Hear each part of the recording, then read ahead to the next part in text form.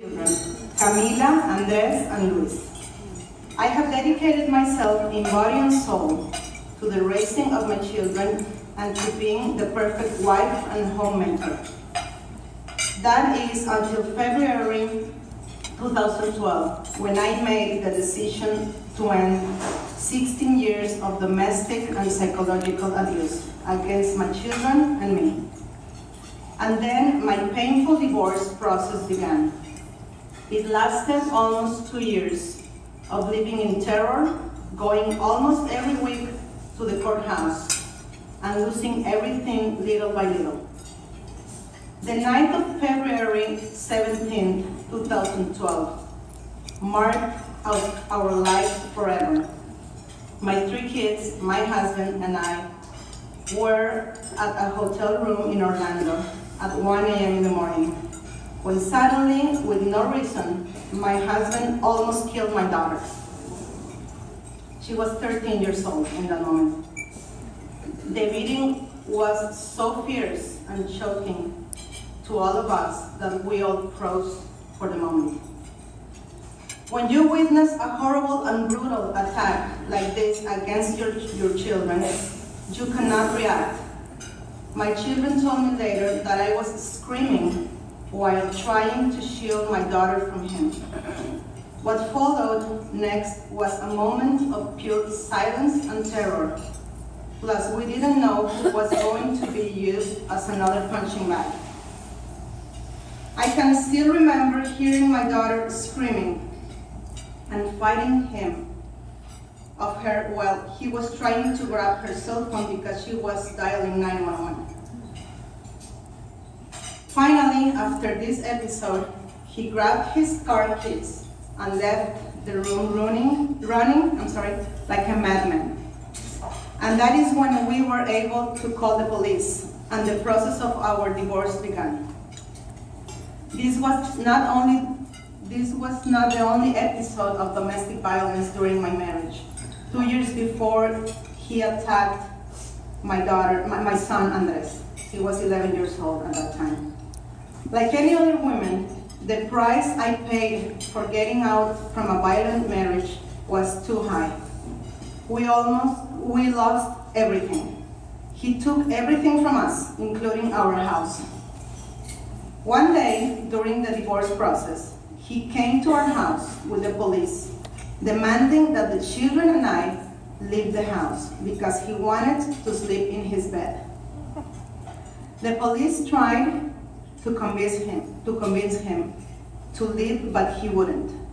Then I called my attorney, and she and the policeman convinced me to go straight to the Hope shelter because we couldn't, under any circumstances, be under the same roof with the abuser. Then, without a cent in my wallet and extremely sad, I packed whatever I could in plastic bags, and I ran to the car while he was watching me, the mother of his 3 children, leaving her own house. I immediately picked up my children at school and rushed over the shelter where Maria Briones, where's Maria Briones? I don't see it. Where Maria Briones was waiting for us. You can imagine how the 4 of us felt by this time, emotionally, morally, and mentally, but arriving at the shelter, we found peace. For the first time in a long time, we found security.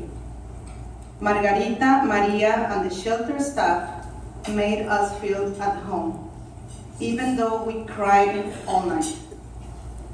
Next day, we had an interview with Children Protection Services, and we filled out the papers for a restraining order against my still husband, with the help of one of the advocates at the shelter.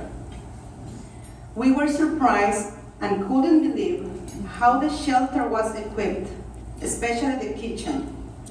They had everything to eat and also to cook, and I mean everything. Remember that I mentioned that I'm a chef? Well, at the shelter, you have to cook for you and your family. The second night we spent there, I found myself cooking for everybody. And And I remember my little son serving this huge salad that I made to all the families in the lunchroom. After 4 days at the shelter, we had the opportunity to meet Tiffany McNair. I don't know if she's here. No? We immediately clicked, and she became my 3 kids' counselor for one year. She totally changed my children's lives.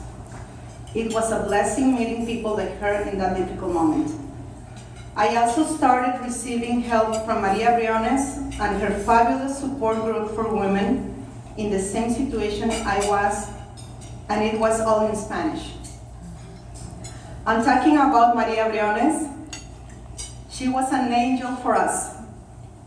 She gave us food when we didn't have anything to eat. Every time we attended our groups, we always ended bringing home all kinds of groceries like bread, cans, shampoo, soap, etc. to help us out. My children and I will never forget this act of love and kindness. I'm sorry. One day, my dear friend Amy Mavis invited me to have a cup of coffee at Panera. I cannot see them.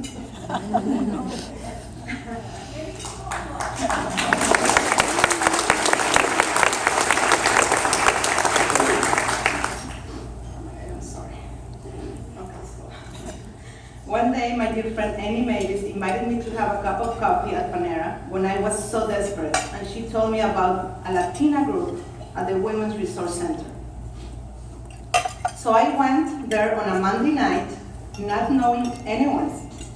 To my surprise, I found a living room full of Latinas who were gathering in this place weekly in a support group with amazing activities, topics, and meetings, leading by another angel in my life, Maria Zavala.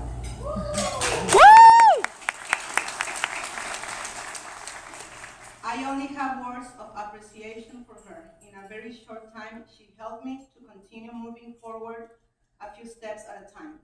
It was exactly what I needed, a space just for me, and that is when the change began in me. After having lived for more than a year in fear and sadness, I began to understand so many things for the first time.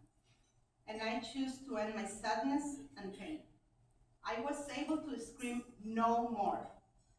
From now on, my life and my children's lives are going to change. The Women's Resource Center has so many programs to help women.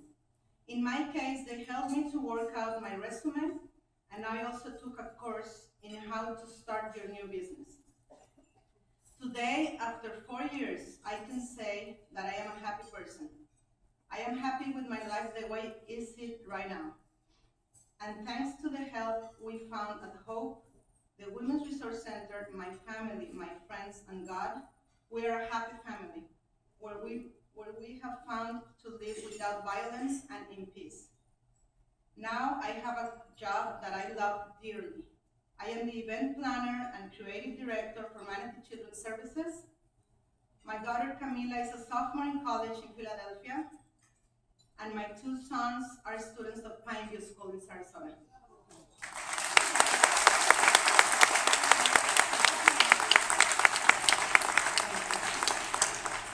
I don't believe in coincidences. Everything has a purpose in life, even though sometimes we don't understand it.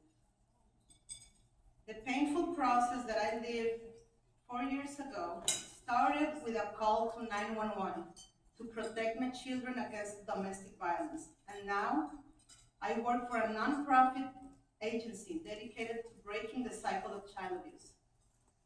One last thing, I would like to ask of all of you to please have Maria Zavala in your prayers, because right now she is receiving her first chemotherapy session.